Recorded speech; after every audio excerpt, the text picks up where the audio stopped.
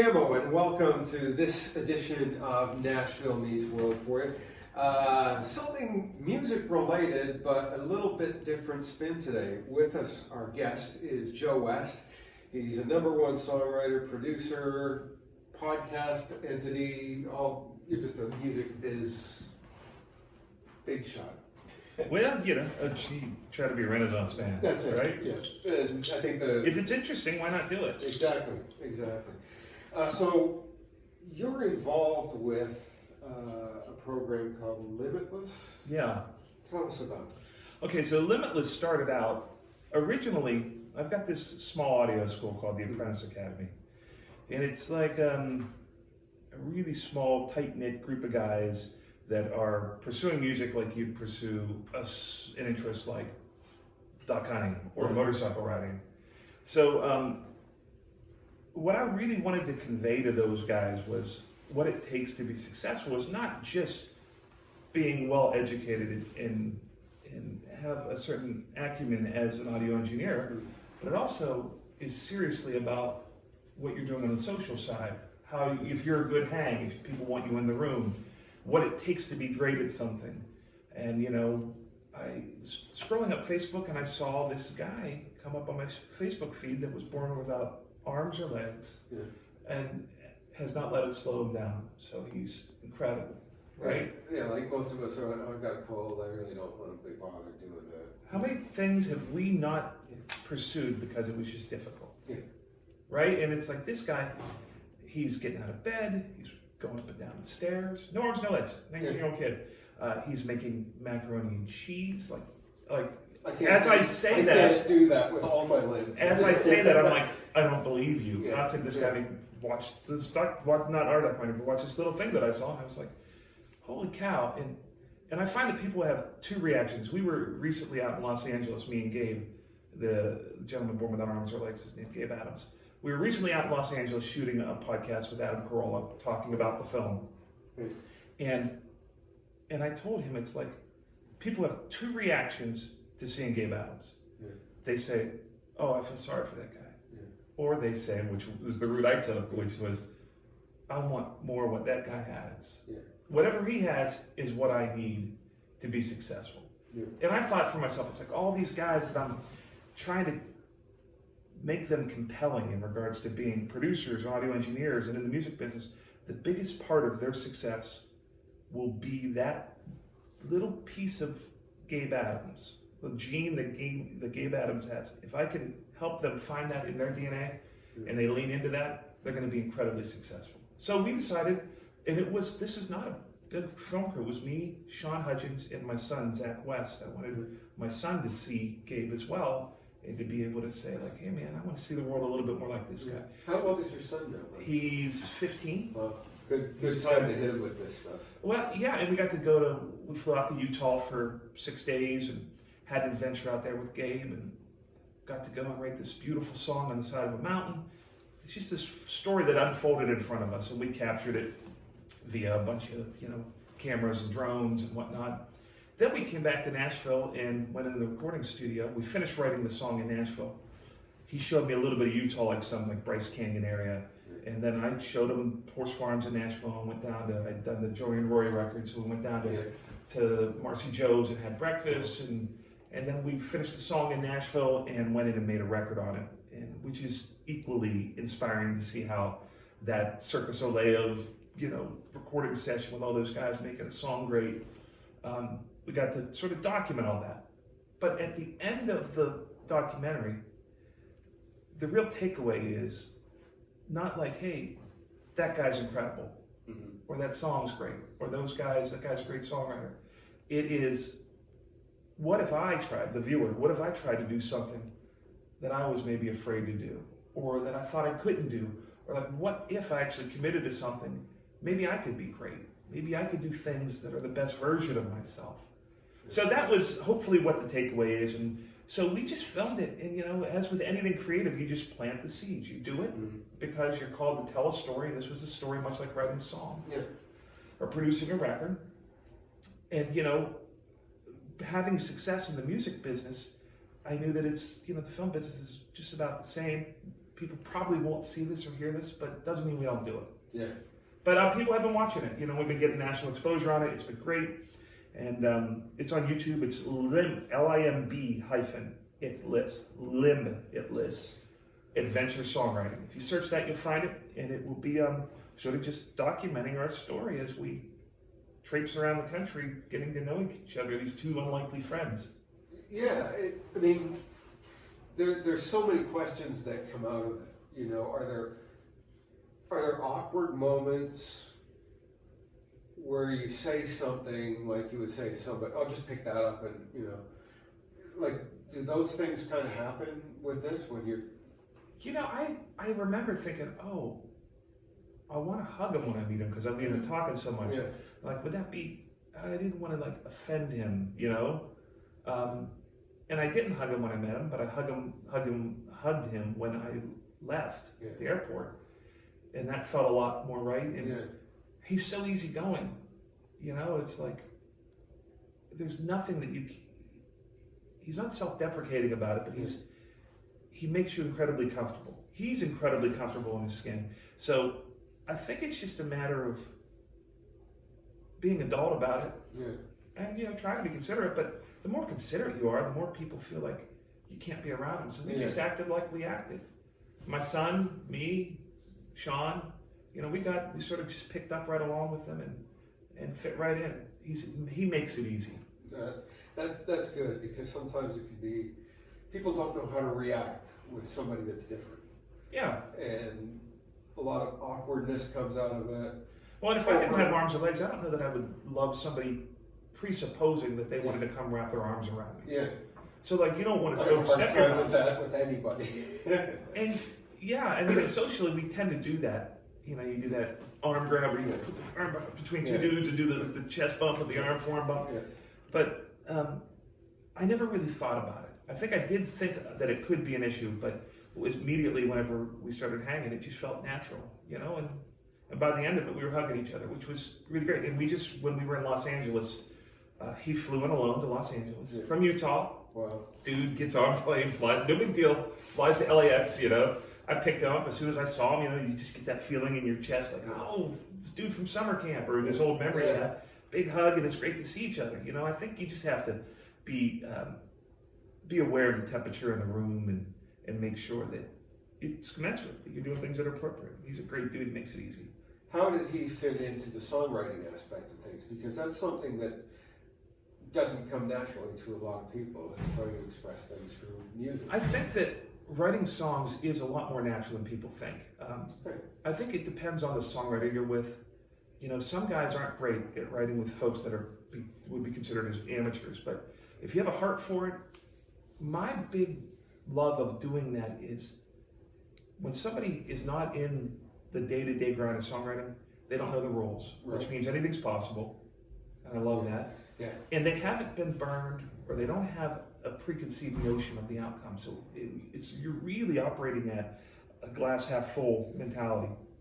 You get a song that they are fresh and unmined material for ideas for songs, because they're literally doing it for the first time. Yeah. So I love doing it. I just wrote a couple songs that they had given away at a gala, actually for the Apprentice Academy. 2 people had won a day writing with me, and those songs are some of my favorite songs of the year so far.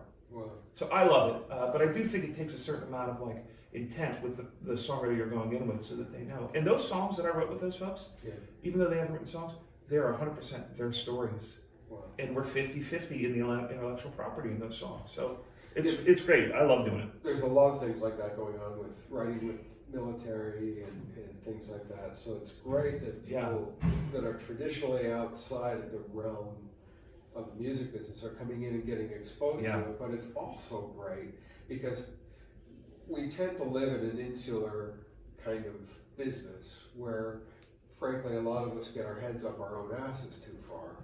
And we're being shown new stuff by people that are outside it, bring a fresh product. That's how I see it. And I write with people that I love writing with, that I have success with. I write with people that are new on my calendar. I write with artists that are doing records or that I'm producing records for. And then I write with people that have never done it before. I like the menu Yeah. If I were just doing the same thing where I was writing with the same crew of 8 to 10 writers that I've felt comfortable with, I don't think I'd be as happy or content. I love producing records. I love writing records. I love mixing records. I love making films. You know, we have this new podcast from the West Barn that's starting in April that it's been a blast because you're talking to other creators like this. It's a dialogue that's just evolving right in front of you. Yeah. So I like the smorgasbord, if you will, of showing up every day and maybe doing something a little bit different. The idea of showing up and doing the same thing would really wear me out, I think. The original way we got together was your event, Saturday night music at the West Barn. Yeah, that was fun. And even bringing, it was a songwriters round, but it was different because you would get somebody that has had dozens of #1 songs. You'd get somebody that was up and coming that nobody's ever heard of, and then you'd have somebody in the middle that's kind of currently getting the record. That was the idea behind that. You know, originally that was called Sessions from the West Barn, or Saturday Night Music Club, it was called for a while. And it was this thing that evolved from me and my buddies playing guitar and hanging out in my barn, which is also my studio. And then we started, our wives started inviting friends, and then they invited friends, and next thing you know, we had microphones, and next thing you know, we had a session band in the ISO booths, and there was 150 people there. And then next thing you know, Franklin shut me down because Well, Channel 4 was out, and the Tennessean had done an article, and then the county's like, hey, what are you doing out there? And I'm like, I had no idea I wasn't allowed to do it. I mean, I figured that I got a barn. Yeah, with property. I think where we got into trouble with that was where we were charging the door price, because every night we would say, if somebody had like somebody with dementia, we would give it to that foundation, or juvenile diabetes. If we had some context in every night that had somebody had an illness attached, cancer or whatever, and we'd give all the money that night. We weren't making any money, but it ended up. I just had to tell them, it's like, I was down there, I said, do you think I'd invite Channel 4 into my barn if I was trying to hide this? Yeah, really. We just didn't know. But that ended that. But it was a great idea, and it wasn't like any other songwriter round. It was based off of just like, it organically grew from guys playing guitar. Yeah. What a concept. You know, I mean, it is what it is. So now that you've done this documentary, has that kind of given you a taste for wanting to do more film? I do a lot of film, like in regards to shooting concert stuff, and as it relates to music, and I'm endorsed by a lot of products, so occasionally I'll be shooting some product stuff that I'm doing, and I just love photography. I've been doing music for 30 years, and kind of like full to the brim on that, you know, in regards to the urge to maybe learn about something new in it. You know, I feel like, okay, I'm kind of at a certain point where I want to spread out, and film has been that, lenses and cameras and color correction. Yeah, you're a geek with all that. I just, stuff. you know, that's what I do at night. I'm on the telephone on YouTube, scrolling through, you know, f-stop, what's the lowest prime lens that you can, you know, f-stop aperture you can get. And I've got a guy I could need to hook you up with. yeah, I mean, so I just enjoy that. I think that's how I'm made. It's like I want to get my hands into something at all times, and it's something that's currently lighting me up, and I love doing it, and it's just so much fun because there's so many stories. Rory Feek, a good buddy of mine. Oh yeah, from Joey and Rory. Right. So they had shot I produced the Inspired record that they shot a DVD to, that was shot at my barn. They shot that whole DVD in my barn. He then built out his barn to shoot the next one, and then I produced their record that won the Grammy, the Hymns record. Yeah. So that record, they shot a DVD at their barn. You know, so, and I see Rory making all these things attaching music to imagery, and I thought, that's just not fair. It was like, if you get good music and then you put a compelling image on top of it, well then it's nuclear. Yeah. So I'm just sort of captivated. All the film stuff I do is basically around music or the muscle that drives music. I love that. I remember in college doing a media class, and they gave us slides and said, match up these images with music. And the stuff I had was all rural black families, all poverty stricken. And I picked the song Find the Cost of Freedom by Crosby, Stills and Nash. And you talk about that muscle, that it's just like, holy crap. Yeah. I So can't believe I picked that. we were recently in Paradise, California, the Yeah. town that was burned to the ground, essentially, with the fires. Yeah. A town that was just a perfect storm of bad location and got overwhelmed by this fire. And it's a town of about, I think, 30,000 people is now completely burned to the ground. Wow. So I went out with the president of a KHS, Jerry Goldenson. They own a bunch of music brands. They had participated in giving some instruments back to the high school. We thought maybe we could tell this story. So the next documentary we were thinking about telling the story from Paradise. On not so much the story that everybody was telling about Paradise, which was this town burned to the ground, but how did they get up and come out of the ashes? Right. And we were going to tell the story of how the Paradise band had an opportunity to go play at Disney and sort of them getting the instruments and then sort of their march towards Disney. You know, and there was such a great story there that was so human and had like equal parts musicality and what music can do to heal people, but also had like this other human aspect. It was like real sports where, you know, you can watch real sports with Brian Double on HBO and not be a sports fan. Yeah. It's a human story, you know. So all of our stories we try to tell as human stories, and the Paradise story is constantly pivoting. We don't know if we're going to be able to tell this story, but it's just those are the kinds of stories that we want to be a part of in the future. They don't have to be about music, but they have to have some context to it. Yeah. They have to have some sort of relevance to it. There was a reason why I originally started telling you about Paradise, and I'll try to remember what it is, but as a filmmaker, it is the same as being a songwriter, as it is being a record producer. It pushes the same button inside of me. So I get the same kind of sense of satisfaction as a creator out of doing it.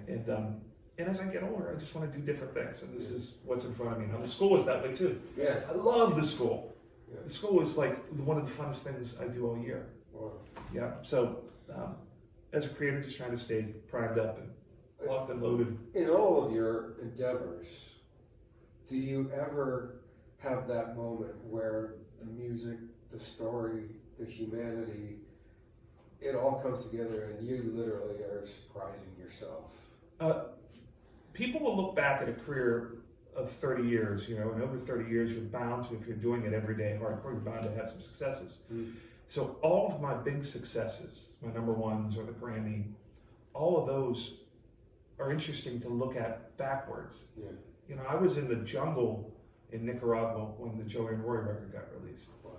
And I had dial-up modem at Yeah. the little hotel we had. It was like this bungalow we were staying in. And people started emailing me and saying, hey, that record is number one on Amazon and number one on iTunes. And I'm like, it's a record of traditional hymns by Joey and Rory. Yeah. So like we didn't expect it really to do anything. It was just one of these things. Kind of a project out of love. They were good friends of mine. Yeah. I wanted to have a great story, so I'm in anytime there's a great story.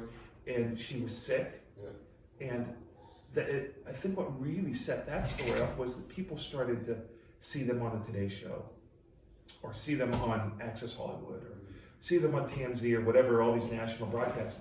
The story, it was a human story that everybody had 0 degrees of separation with, someone dying, a loved one with cancer. And you look at the way that record happened. When we got out of the jungle after that week, it was the number one record. And all those numbers people were calling me about, the digital numbers, they sold 70,000 copies of that record the first week. 68,000 were hard copies, CDs. People went to Cracker Barrel or Walmart. Yeah. So I was getting called about 2,000 CDs. Yeah. People, and I had no idea that when I got home that and we were going to see that every week. It was one of the biggest records of the year behind Chris Stapleton. Yeah. Number one for 13 weeks. You know, it was a massive record. And it was a great record. Yeah. And it was a compelling record. But let's not think that record, it was the story of Joey and Rory living a transparent life, and Joey and him making a decision to live their life transparently. And everybody who watched that, who had ever had a loved one with cancer die, felt like they were telling their story. Yeah. And it was a perfect storm. I was just going to say, it's a perfect storm of personality, humanity, music, everything came together. Every success I've ever had is that. The Jimmy Wayne number one, the Keith Urban, the Toby Keith, every record. But there's there is a mountain, Yeah. or let's say there is a valley Yeah. of all the times it didn't work out. I had cuts on Tim McGraw's record. All the singles went #1. I had a single went to number 30 and left out. Yeah.